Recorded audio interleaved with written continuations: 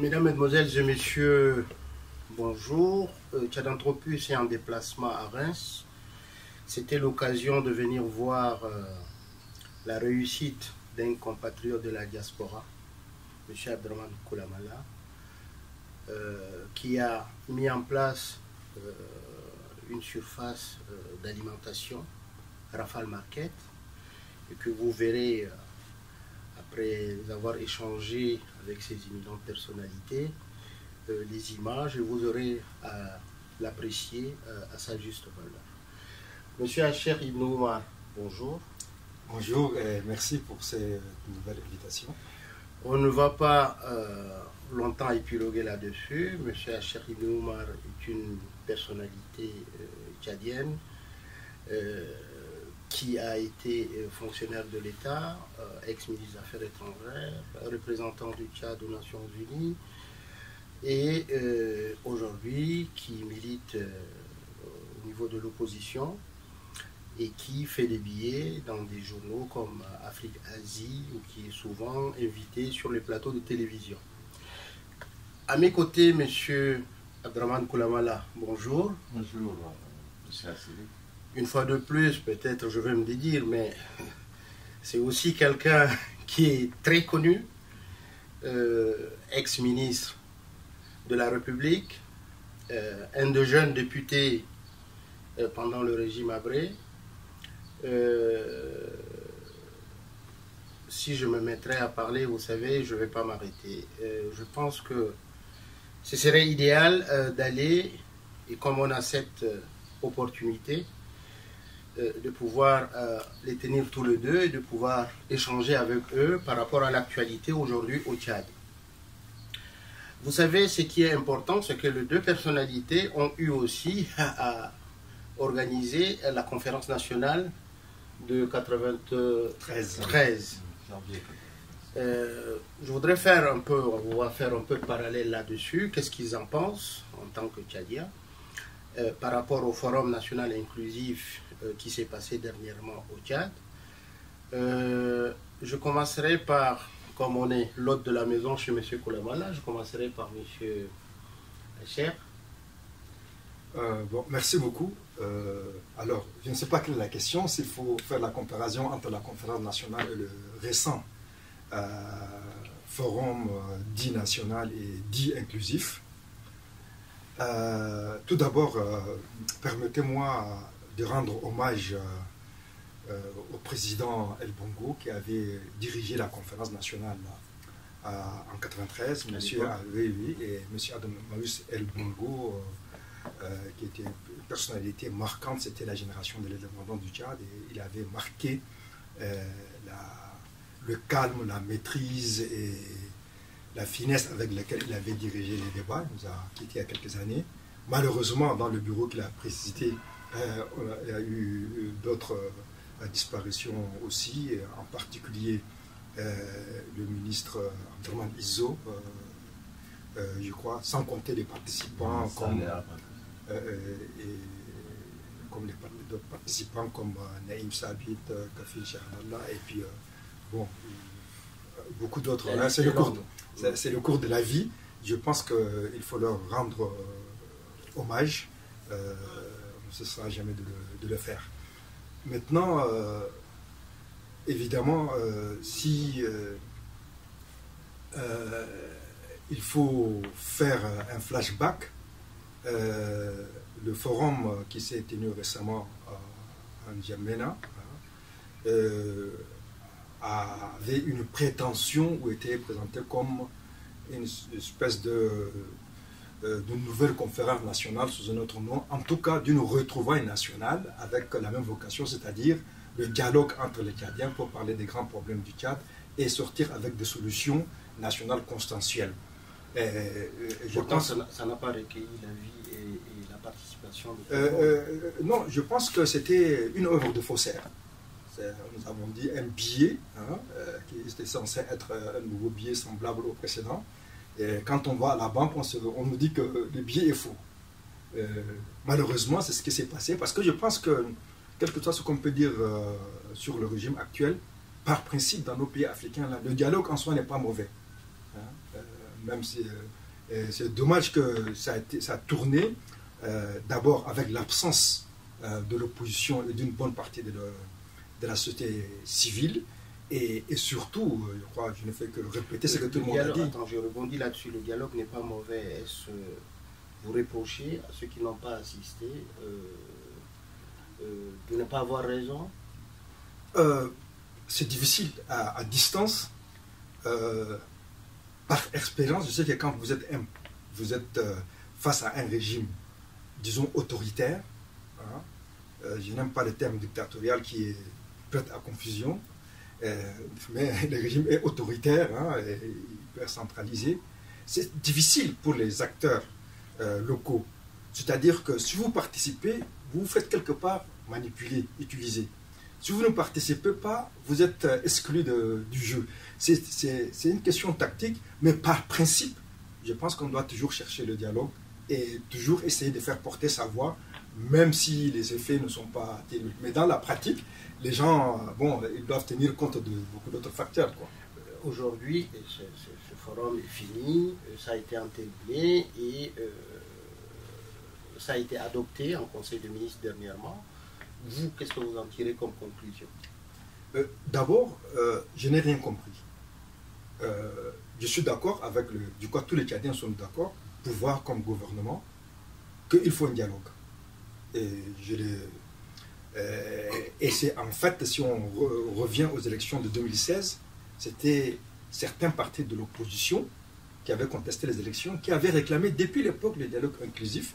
Et le pouvoir disait qu'on ne va pas refaire une nouvelle conférence nationale, c'est trop cher, ça pouvait perdre du temps, etc. Et donc, je n'ai pas compris pourquoi. Donc, la nécessité qu'il y ait un dialogue, je crois que c'est partagé par tout le monde. Le fait que le Tchad est en crise, je crois que c'est partagé pour tout le monde. Pas voir comme au pouvoir, comme opposition, comme observateur. Maintenant, la crise, moi je dis que la crise, avant d'être politique et sociale, elle est d'abord alimentaire. Les Tchadiens n'ont pas de quoi manger. Et social, les écoles, la santé, les salaires. Et plus politique, la rupture et l'incompréhension ou le dos à dos entre l'opposition, qui est censée être partenaire du parti majoritaire, quel que soit le cas, ne serait-ce qu'à travers la CENI et les processus électoraux. Cette rupture et l'état des finances publiques et les problèmes d'insécurité, la question politico-militaire qui n'est pas tout à fait réglée. Donc, quand on fait le constat de cette crise, que la réponse à cette crise, c'est ériger un régime présidentiel, c'est dissoudre le collège de surveillance de ressources pétrolières, se parler sur le Sénat, se parler du nombre des régions et du rôle du chef traditionnel. Et c'est pour ça que je parlais, c'est une œuvre de faussaire. C'est-à-dire qu'entre le besoin de solutions et la chose qui a été mise en place, il y a un hiatus qui est vraiment incompréhensible pour des gens qui sont censés quand même diriger les pays et qui sont les premiers à apporter les solutions, parce que nous autres, de l'opposition, on ne peut faire que des propositions ou des critiques. Je vais reposer ma question encore autrement.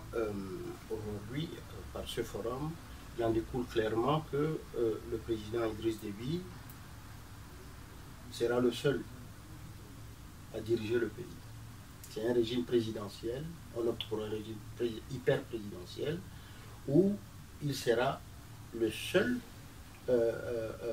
à s'expliquer dorénavant sur la gestion du pays. Vous, qu'est-ce que vous en pensez? Est-ce que c'est le fait de lui donner le pouvoir, tout le pouvoir, il n'y aura pas de Premier ministre, etc. Est-ce une bonne chose? Ou vous pensez que, puisque avant lui, avant la conférence nationale, le régime était le même, donc vous pensez qu'en continuant comme ça, ce serait une bonne chose? L'adoption sous couvert d'une prétendue 4e République du système régime présidentiel, c'était le point focal de toutes les analyses et tous les commentaires extérieurs. Honnêtement, personnellement, avec un peu de cynisme peut-être, ça ne m'impressionne pas beaucoup. Je pense qu'avec Premier ministre, un régime présidentiel sans Premier ministre, avec vice-président, qu'on appelle royaume, c'est le même fonctionnement. Moi, je ne vois pas une grosse différence. Même avant, c'était de toute façon, tous nos régimes... C'était la poudre aux yeux, oui, le Premier ministre, c'était...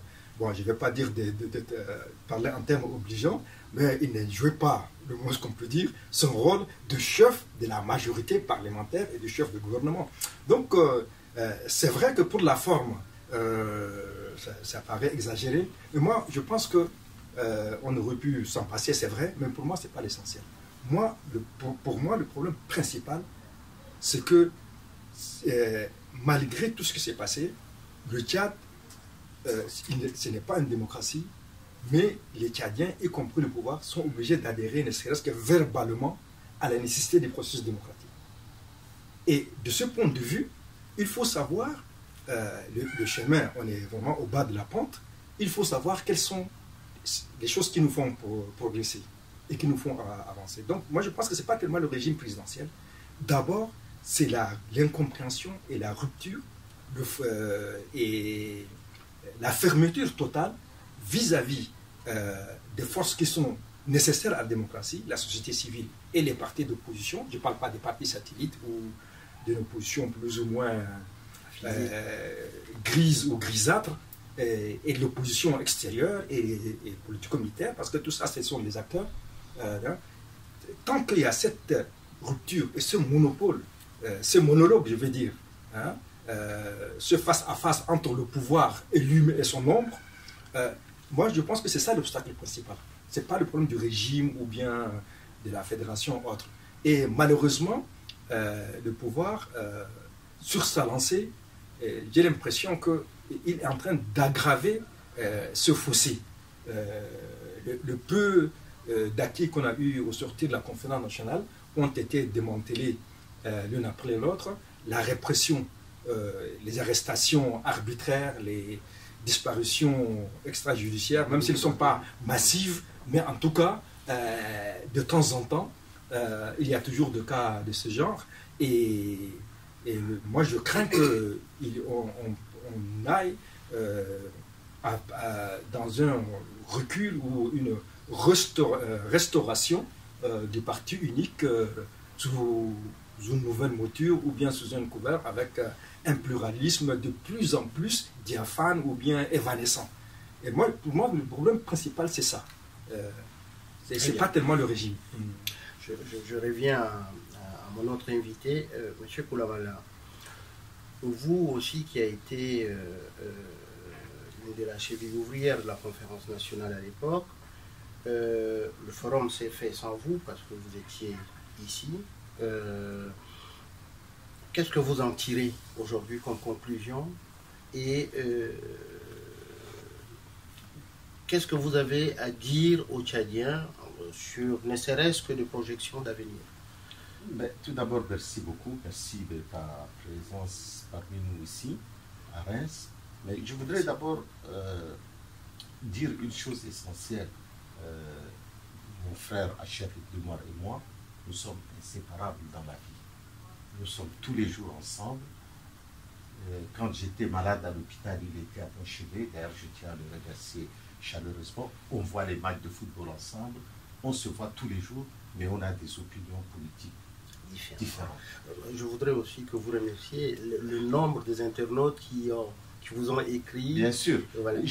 Beaucoup de gens m'ont écrit, m'ont envoyé beaucoup de messages, mais je voulais en tirer une conséquence politique de nos relations. Nous ne nous entendons pas sur le plan politique, mais sur le plan fraternel. Nous sommes fraternels, nous sommes inséparables. C'est pour dire aux jeunes générations qu'on peut avoir des divergences politiques profondes et rester tout à fait fraternels. Tout à fait. Et les divergences politiques doivent rester. Ça, c'est quelque chose que je tenais à dire, parce que, bon, lui, il est de l'opposition armée, et moi, je suis de la majorité présidentielle.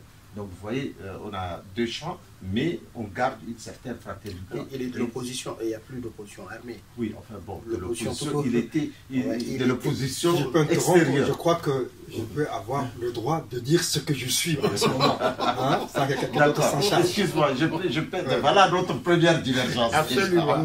Ceci dit, pour revenir au forum, c'est important qu'on puisse parler du forum. Nous, on a tous les deux assisté à la conférence nationale souveraine Mais la conférence nationale souveraine s'est faite dans un autre contexte. Nous sortions d'une dictature difficile, d'un despotisme obscur, et le MPS, qu'on aime ou qu'on n'aime pas, ont amené quand même un processus inédit. C'est-à-dire, ils se sont dit, on va faire la démocratie, on va permettre aux partis politiques d'émerger, etc. Ça a été fait. Tenir une conférence nationale, nous nous souvenons qu'au début de la conférence nationale, nous avons pratiquement passé une semaine pour savoir si elle va être souveraine ou pas. Et nous avons adopté la souveraineté de la conférence nationale. Et cette conférence nationale, et c'est bien qu'Acher ait parlé d'El Bongo qui a été élu. Moi, je n'ai pas voté pour lui, mais j'ai beaucoup apprécié la manière dont il a dirigé les débats.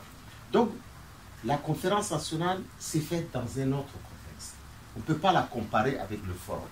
Le forum fait partie du programme politique d'Idriss Déby qui a promis revoir les institutions et faire un arrêt après quelques années de pouvoir pour voir ce qu'il faut changer ou pas.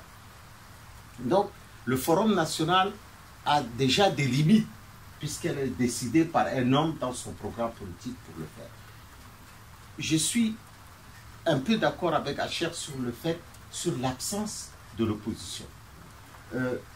Moi, je pense que l'opposition aurait dû venir au forum pour faire passer ses idées, quitte à quitter le forum si elle voit que le forum prenait une autre direction. Mais il fallait être présent. Le problème de nos opposants démocratiques, les opposants sur place, c'est que, je peux dire, ça manque un peu d'expérience politique et de talent politique. Ce sont des gens qui sont rentrés dans une logique conflictuelle qui n'a pas de sens. On va voter une réforme institutionnelle aussi importante pour la vie de la nation et les gens sont absents. Oui, mais si je comprends, sans vous interrompre, eux, qu'est-ce qu'ils disent? Ils ne sont pas contre le fait, quand je suis un peu les déclarations de M. Alabo, ils veulent aller à la conférence, à ce forum-là, mais ils ne veulent pas aller et que ça fasse l'objet de caution, que le pouvoir puisse imposer, et que eux, par leur présence, c'est comme s'ils devaient cautionner. Leur problème était là. Monsieur Assiré, on ne peut pas, avant d'aller dans une réunion, dire que la réunion va prendre une autre tournure, on n'est pas d'accord. Vous savez, quand vous réunissez plus de 1000 personnes, vous n'êtes pas sûr de gérer ces personnes à votre guise. Quand on a fait la conférence nationale, tout le monde avait crié au départ, la conférence nationale est noyautée. Mais il faut croire que tous les Tchadiens ne sont pas des vendus. Il y a aussi un sens patriotique que les opposants auraient pu faire naître au sein de ce forum-là pour argumenter et faire amener les 1000 quelques personnes. On ne peut pas, c'est pas possible de manipuler 1400 ou 1300 personnes. C'est impossible. Même les gens qui sont dans le MPS ne sont pas toujours d'accord avec la politique gouvernementale. Oui, il y avait quelques voix qui se sont élevées. Il y a eu beaucoup de gens qui ont pris la parole et qui ont été en désaccord. Mais ces gens-là, du fait de l'absence de l'opposition, ont été fragilisés au sein de cette conférence. Si l'opposition, un homme comme Kebzabo, un homme comme Gali, un homme comme Alabo, s'ils sont venus avec le talent que je leur connais au sein de cette opposition, ils auraient pu au moins faire dire au peuple tchadien, parce que c'est une tribune politique importante, ils auraient pu faire comprendre au peuple tchadien, ils disent on n'a pas la possibilité de parler à la radio et à la télévision. Mais voilà une tribune dont ils se sont privés. Voilà, moi je ne leur fais pas de reproches. Vous savez, un homme comme Kebzabo, c'est quelqu'un que personnellement j'admire, parce qu'il se bat quand même. Un homme comme lui aurait été aujourd'hui Premier ministre, un homme très riche, s'il s'était mis au service du pouvoir. Il a choisi une voie. Je suis en désaccord avec lui sur beaucoup de ses positions. Je critique beaucoup de ses stratégies politiques, mais je respecte l'homme et son engagement politique. Ceci dit, je m'arrête sur le problème du forum, le problème de l'opposition. Quant au sens du régime, Acher dit que c'est un régime autoritaire Mais moi, je préfère une mauvaise démocratie à une bonne dictature. Je préfère la mauvaise démocratie actuelle, avec ses insuffisances, à une bonne dictature. Vous pensez que le régime actuel, quelles que soient les connotations, les brevets, ce n'est pas une dictature? Non, non, moi je ne suis pas dans cette logique. Je fais partie de la majorité présidentielle. Ce serait quand même un peu étonnant de dire j'ai pris les armes contre ce régime, j'ai changé d'opinion. C'est vrai que quand on change d'opinion comme ça, ce n'est pas bien perçu, mais chacun a son histoire et chacun a son engagement.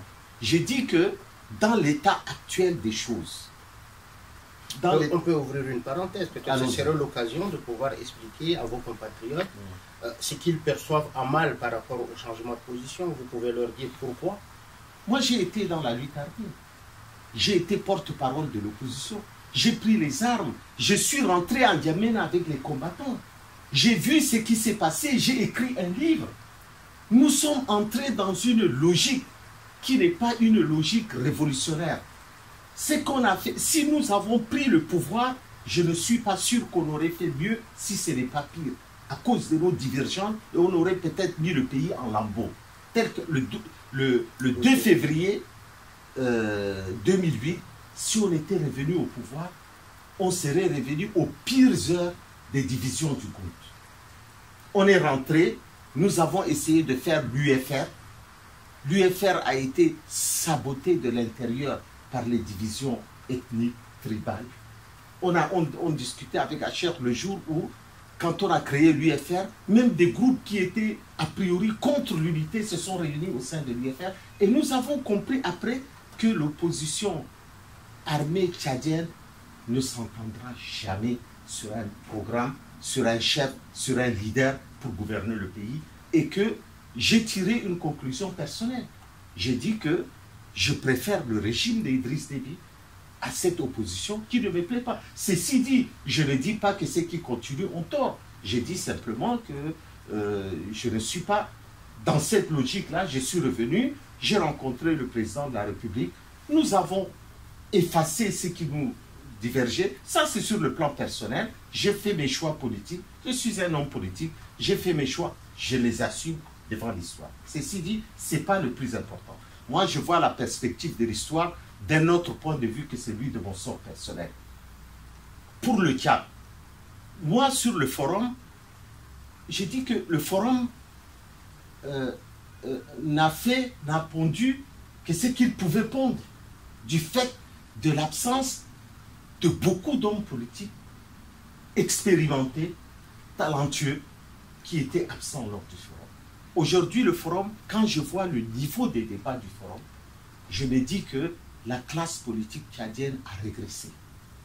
Elle a régressé par notre faute à nous, qui n'avons pas su créer la relève de cette classe politique tchadienne. C'est un des problèmes qui se posent. Aujourd'hui, quand je vois certains débats, quand je vois certaines résolutions, par exemple, je vous donne une résolution où je tombe des nues. On dit il y a un serment confessionnel. Ce n'est pas possible de faire un serment confessionnel dans un État laïque. Quelqu'un qui n'a pas de religion, il a le droit d'être tchadien et de vivre dans une démocratie. Comment on va lui faire? On va lui dire, tu jures au nom de quoi? Ça, la laïcité est un principe. Maintenant, on peut supprimer la laïcité. Tous les pays démocratiques ne sont pas tous des États laïques. Donc, on peut supprimer la laïcité. Mais on ne peut pas être un État unitaire laïque et avoir des serments confessionnels. Ça, c'est un. De deux, je vais vous surprendre, je suis contre la limitation des mandats. Le problème principal, c'est que nous avons une classe politique extrêmement jeune. Si on fait tout en fonction d'Idriss Déby ou de quelques individus, on a tout faussé. C'est-à-dire que, supposez qu'un Tchadien soit élu président de la République à 30 ans. À 42 ans, quand il aura bien acquis une expérience politique, on lui dit tu ne peux plus gouverner. Un jeune qui est élu député à 25 ans. Et je souhaite qu'il y ait des jeunes qui soient élus très jeunes. Et ça c'est la nature traditionnelle de la vie. Non, attendez, je m'explique. J'ai dit que par rapport aux pays occidentaux, les gens arrivent au pouvoir quand ils sont déjà mûrs politiquement. Donc on leur limite les mandats. Moi, c'est comme ça que je vois les choses. J'ai dit que ceux qui gouvernent le Tchad, je vois beaucoup sur les réseaux sociaux, les gens disent laissez-nous la place, nous les jeunes. Mais le Tchad est occupé par des jeunes. 90% de ceux qui dirigent le Tchad sont des jeunes. Nous les vieux, là, enfin les vieux entre nous, c'est discutable. Hein. Mais ils sont où? Donnez-moi 90% des membres du gouvernement sont des jeunes entre 30 et 45 ans. Les gens qui ont 60 ans n'existent plus dans le gouvernement. Les secrétaires généraux des ministères ont 30 ans. C'est vrai. Les directeurs ont 25 à 30 ans. Et le problème principal, c'est pas les vieux. Pas à ce niveau. Le problème principal, c'est pas les vieux, c'est les jeunes qui, sans expérience, se sont accaparés le cœur de l'administration politique et ils l'ont mis en mue. Maintenant, moi, je pense que concernant le régime, mais présidentiel ou parlementaire, c'est un régime, c'est démocratique. Qu'on prenne un régime présidentiel ou un régime parlementaire. C'est tout à fait démocratique, Voilà. M. Koulamala. Les États-Unis. Mais le simple fait que beaucoup de pouvoirs sont réunis entre les mains d'un seul homme, est-ce que cela n'a pas de conséquences? Non. Ben, c'est justement, je voulais être contre ce que vous avez dit tout à l'heure. Il y a de contre-pouvoirs dans un régime présidentiel. Ça s'appelle le Parlement ou l'Assemblée nationale. L'Assemblée nationale vote les lois. Si le président de la République n'a pas la majorité à l'Assemblée nationale, il ne peut pas gouverner, il ne peut pas avoir tous les pouvoirs. Ce n'est pas possible, puisque c'est un pouvoir exécutif. Il exécute ce que les lois que l'Assemblée nationale vote. Tout à fait. Nous sommes d'accord. Donc, un régime présidentiel a un contre-pouvoir qui s'appelle la représentation nationale. Donc, et ce n'est pas le cas. Le problème principal, c'est que est-ce qu'on a changé le régime pour renforcer le pouvoir du président Idriss Déby? C'est ça la vraie question. Oui. C'est ça la vraie question. C'est ce qui apparaît aux yeux de tout le monde. Sur le choix des régimes, maintenant, on a limité le mandat du président à 12 ans. Donc, moi, je n'ai pas bien compris, est-ce que les 12 ans vont commencer à partir de la prochaine élection ou le régime va... Parce que si on vote le régime maintenant... Mais bien naturellement, ça commencera à partir de la prochaine élection. Oui, mais il faut voir maintenant les dispositions transitoires de la Constitution. Qu'est-ce qu'elles vont dire? Ça, moi, nous, on ne connaît pas. La Constitution, elle est en train d'être... Oui, mais pour l'instant, moi, je ne l'ai pas encore. Je ne l'ai pas lu encore, la Constitution qui est votée. Je suis un peu surpris de la précipitation dans laquelle les choses prennent tournure. Parce que j'aurais aimé... Et je pense écrire même au chef de l'État pour l'appeler à mettre en place un comité constitutionnel pour mettre en place une constitution. Parce qu'il y a les relations entre les pouvoirs, il faut le faire avec des gens qui ont une maîtrise de la constitution et qui ont une maîtrise du droit constitutionnel. Il ne faut pas précipiter la mise en place d'une constitution qui va changer complètement la nature du pouvoir. Sur votre temps de parole, hein, qui est allé, je sais que vous avez tellement de choses à dire. Je reviens à M. Hacher. En écoutant M. Koulamala, j'aimerais aussi vous interpeller. Il a parlé du problème de l'administration, il a parlé de l'opposition et ses carences, et il a parlé de l'aspect positif pour lui du forum. Vous? D'abord, je veux rassurer mon frère Abdelrahman Koulamala. Je peux être d'accord avec lui sur le fait que la limitation de mandat n'est pas une bonne chose, mais c'est une mesure transitoire. Avant la fin de 2 mandats promis au président Idriss Déby par la nouvelle constitution, si Dieu nous prédit, Inch'Allah, il y aura un changement et puis on reviendra comme on l'a fait en 2005. Donc qu'il soit rassuré de ce côté, le problème de limitation de mandat, c'est vraiment un coup d'épée dans l'eau. C'est pas du tout, il n'y a pas à s'inquiéter de ce côté-là. On sait que c'est une présidence à vie, avec une succession familiale à la clé. On espère qu'il y aura un réveil, un redressement à un moment donné, un miracle national, mais le système fonctionne comme ça. Donc ça, je pense que ce n'est pas du dénigrement comme le fait.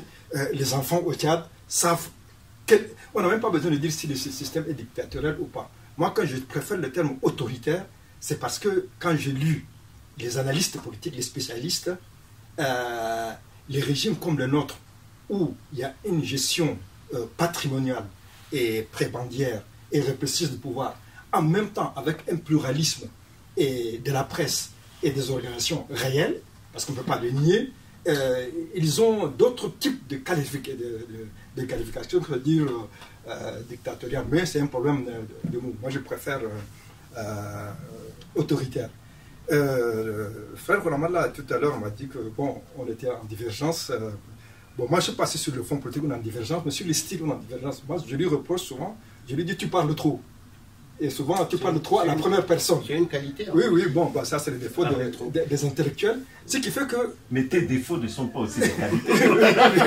Le fait de rester concentré sur toi-même, c'est pas forcément... parce que, moi, je suis un homme politique. Excuse-moi de... Non, parce que là, c'est un débat. Je suis un homme politique. Là, c'est un débat. Je suis un homme politique. On n'a pas une campagne électorale. Non, non, c'est pas une campagne. Je ne fais pas une campagne. Moi, je suis un homme politique. J'ai mon style qui a... fait aussi ses preuves dans le passé. Je suis quand même un homme politique, peut-être pas aussi prestigieux que toi, mais forcément connu, disons connu. Forcément connu. Je pense que, comme on dit en arabe, on dit j'ai fini, on dit al-fil de Darba, au nible de Dariba. L'éléphant a son chemin et la fourmi a le sien. Je crois que ça tourne un peu discussion entre copains, on s'excuse auprès de... Mais ce que je veux dire quand j'ai pas dit qu'il parlait beaucoup, parce qu'on peut parler toute la journée sans parler trop. Non, le sujet, c'est pas moi. Le sujet, alors, la vie politique non, parce de la que nation. tu as commencé par dire, moi, l'opposition, etc., tu justifies, etc. Ce n'est pas ça l'essentiel. C'est-à-dire que... Je voudrais pas que on est en train de... Non, pardon, objet d'index. Je voudrais qu'on se limite aux réponses. Oui. Il y a un premier aspect auquel vous avez répondu. Il y a un deuxième aspect, je pense, qui tient à cœur vos lecteurs, vos internautes, ceux qui vous voient, qui sont fans d'un HR, d'un Abdraman. Abdraman disait, il a fait objet de réflexion et il pensait que le 2 février 2008, si l'opposition armée avait pris le pouvoir, on allait faire un recul en arrière. Et que le constat était fait sur l'aspect tribal, etc. Moi, je voudrais aussi, vous, en tant qu'éminence, quelle est votre réponse ou quel est votre projet, quelle est votre optique? Bon, moi, je pensais que le sujet, c'était le forum et la conférence nationale. Mais sinon, on n'a pas... Comme ça fait l'objet de... Non, c'est-à-dire que l'état de la scène politique tchadienne, que ce soit les partis parlementaires, que ce soit les partis au pouvoir, que ce soit l'opposition dite politico-militaire, et même les jeunes activistes de la diaspora, on n'est pas à la hauteur de la mission historique. On est d'accord. Ça, on ne peut pas le nier. On est d'accord. Et si les choses sont telles qu'elles sont, la responsabilité à 60-70%, elle incombe au régime, mais au moins pour le 30%, elle incombe à ceux qui le combattent. Ça, je n'ai aucun complexe à le reconnaître. Bon, cela dit, est-ce qu'il faut, comme on dit, jeter le bébé avec l'eau du bain et s'abstenir de réfléchir à un mieux, et que moi je continue à penser que le Tchad peut être mieux géré que la façon dont il est actuellement. Au-delà de ça, je pense qu'il y a des problèmes tellement essentiels. Celui, on n'en a pas tellement parlé, de l'unité nationale. Le Tchad, ce qui est arrivé au Sud-Soudan peut nous arriver. Il y a des non-dits au Tchad, il y a des problèmes tabous. C'est vrai. Par exemple, la cassure nord-sud. Elle est réelle. On est à Reims. Demandez à nos jeunes étudiants qui sont à Reims, ici, là, combien de sudistes ils connaissent, ils fréquentent. Il n'y en a pas beaucoup aussi. Oui, je veux dire. Disons à Paris. Ou même ailleurs. En Djamena, demandez à des fonctionnaires qui sont dans un même ministère, qui connaît la maison et les enfants d'un tel. C'est pas évident. C'est pas évident. Sans compter la division géographique même des quartiers. Nous, quand on était jeunes, tous les fonctionnaires du Sud qui allaient au Nord, ils prenaient femmes localement. Maintenant, les mariages mixtes sont très rares. Et même perçus comme quelque chose d'anormal. On a un problème d'unité nationale réelle, dont on peut pas trouver. Et puis, c'est pas seulement Nord-Sud. Parce que ce qui se passe au Tibesti avec la frontière, avec la Libye, tout ça, les gens de Benten ne sont pas au courant, mais c'est une situation extrêmement dangereuse qui est en train de prendre corps là-bas. Donc, je pense qu'il y a des problèmes de fond. Et la gestion du régime, moi ce que je reproche au régime... à la gestion du régime, ce problème de fond, d'unité, qui n'est pas exacerbé par les politiques, la division. Non. Oui, bon, Je veux dire, c'est exacerbé indirectement. Moi, les Tchadiens, bon, on se connaît tous. Moi, depuis que j'étais jeune jusqu'à maintenant, individuellement, les Tchadiens, quelle que soit leur coloration politique, il y a un attachement au Tchad. Les voleurs, les assassins, les prêtres, les soufis, les jeunes, le vieux, les chrétiens, musulmans, il y a un attachement au Tchad. Quelque chose d'un peu divin. Mais qu'il faut qu'on préserve, qu'on ne le gâche pas. Ça, c'est une réalité. Mais dans la pratique, la plupart des pratiques politiques en particulier vont à l'encontre de la construction nationale. Et je pense pas, je ne dis pas que le régime est en train comme objectif de la division du Tchad. Hein? Je ne dis pas ça. Mais les pratiques, par exemple, ce qu'on appelle les géopolitiques, le fait de faire des combinaisons, hein, même au niveau des postes techniques, que ça obéisse à des dosages régionaux. Et moi, j'ai reproché au parti de l'opposition démocratique pendant les élections, quand ils ont voulu régionaliser les candidatures, bon, j'ai fait la critique que ce n'était pas une bonne chose. Peut-être techniquement c'est payant, ce n'était pas une chose. On a besoin des symboles unitaires très forts, même s'ils ne sont pas immédiatement payants. Et ça, ça manque. Et l'unité nationale est vraiment quelque chose qui, à mon avis, est en danger, même s'il n'y a pas... Et il y a un autre problème dont on ne parle pas beaucoup. Le problème, ce n'est pas la laïcité. Aux États-Unis, c'est un pays laïque. Hein. Le président prête serment sur la Bible. En Angleterre, qui est la première démocratie au monde, le chef de l'État, c'est-à-dire que la reine d'Angleterre, est en même temps le chef de l'église anglicane.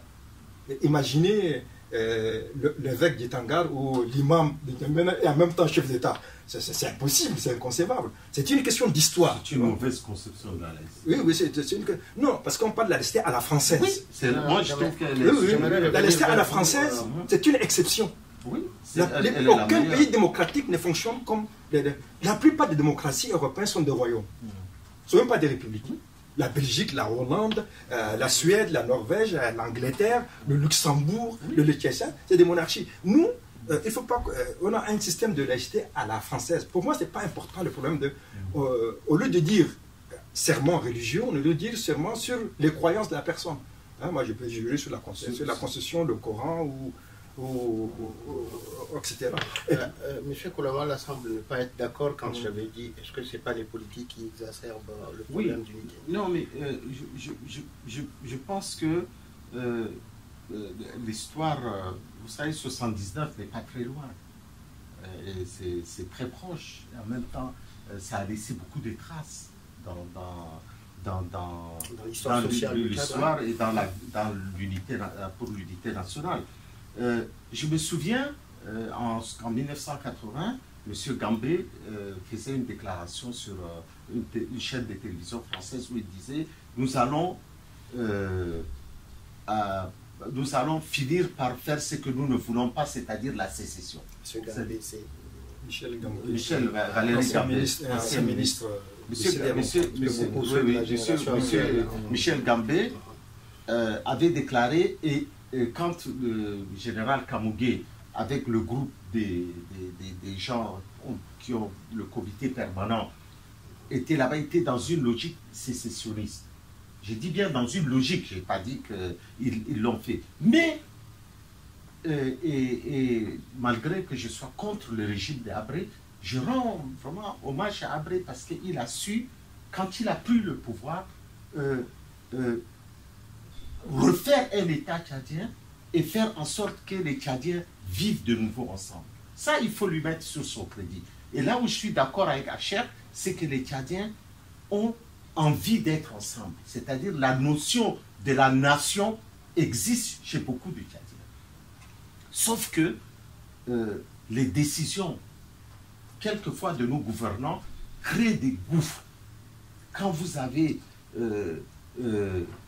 des hauts cadres du pays qui ne travaillent pas, qui ne font rien, parce qu'ils ne sont pas de votre région, ne sont pas de votre ethnie, ça fait que le potentiel des cadres du sud du Tchad se disent à un moment donné, pourquoi on ne fait pas, pourquoi Yorongar a fait un grand score quand il parlait de fédéralisme, parce que les sudistes disent, au moins on va être maître chez nous.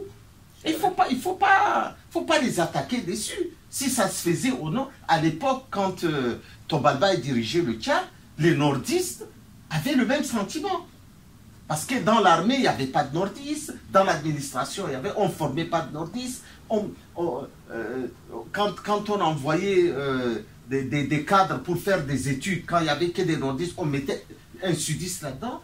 Donc, ça fait que cette politique, depuis Tobalba, a pris des proportions exceptionnelles. Et en ce moment, elle prend des proportions risibles, je peux même dire, à l'heure actuelle. Ce qui fait que si j'étais sudiste, peut-être que j'aurais eu ce sentiment de ne pas vouloir vivre avec nos frères du Nord et faire une sécession dans le pays.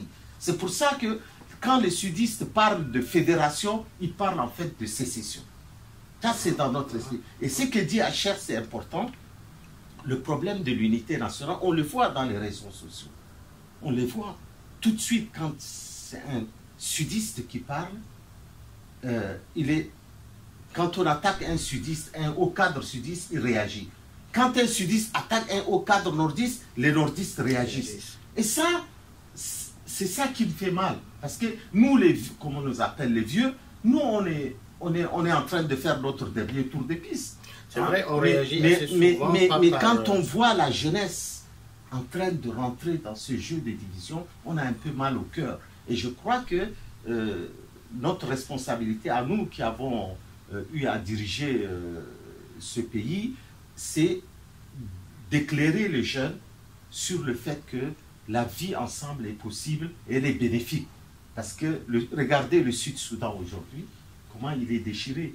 Imaginez que nous sommes déjà un pays très faible. Si nous sommes divisés, qu'allons-nous devenir? Qu'allons-nous devenir? Ce n'est pas le pétrole qui va faire émerger le pays. Donc il faut... on parle de l'unité africaine, on parle de l'intégration africaine, et nous, dans notre microcosme, on veut se diviser. Et ça, à mon avis, il faut faire très attention. Et ça, c'est la responsabilité des gouvernants. Très bien. On va pouvoir faire une pause. Nous sommes très faibles. Et si encore on est divisé, qu'allons-nous devenir? Donc ça, c'est la première partie. On reviendra après une pause. Merci.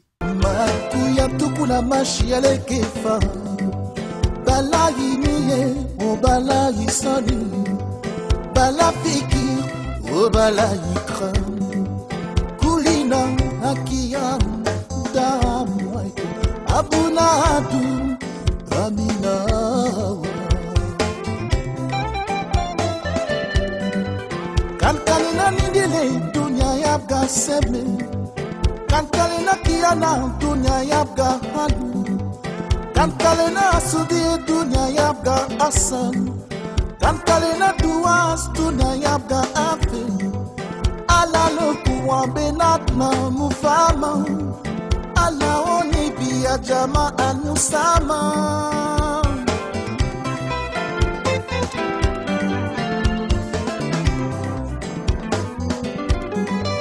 Malkuwapani tak tulu dime, kalambugum saki tak tulu dime, kalamrizik saki tak tulu dime, kalamkulata saki tak tulu dime, kalamal saki tishulu dime, kalamasuli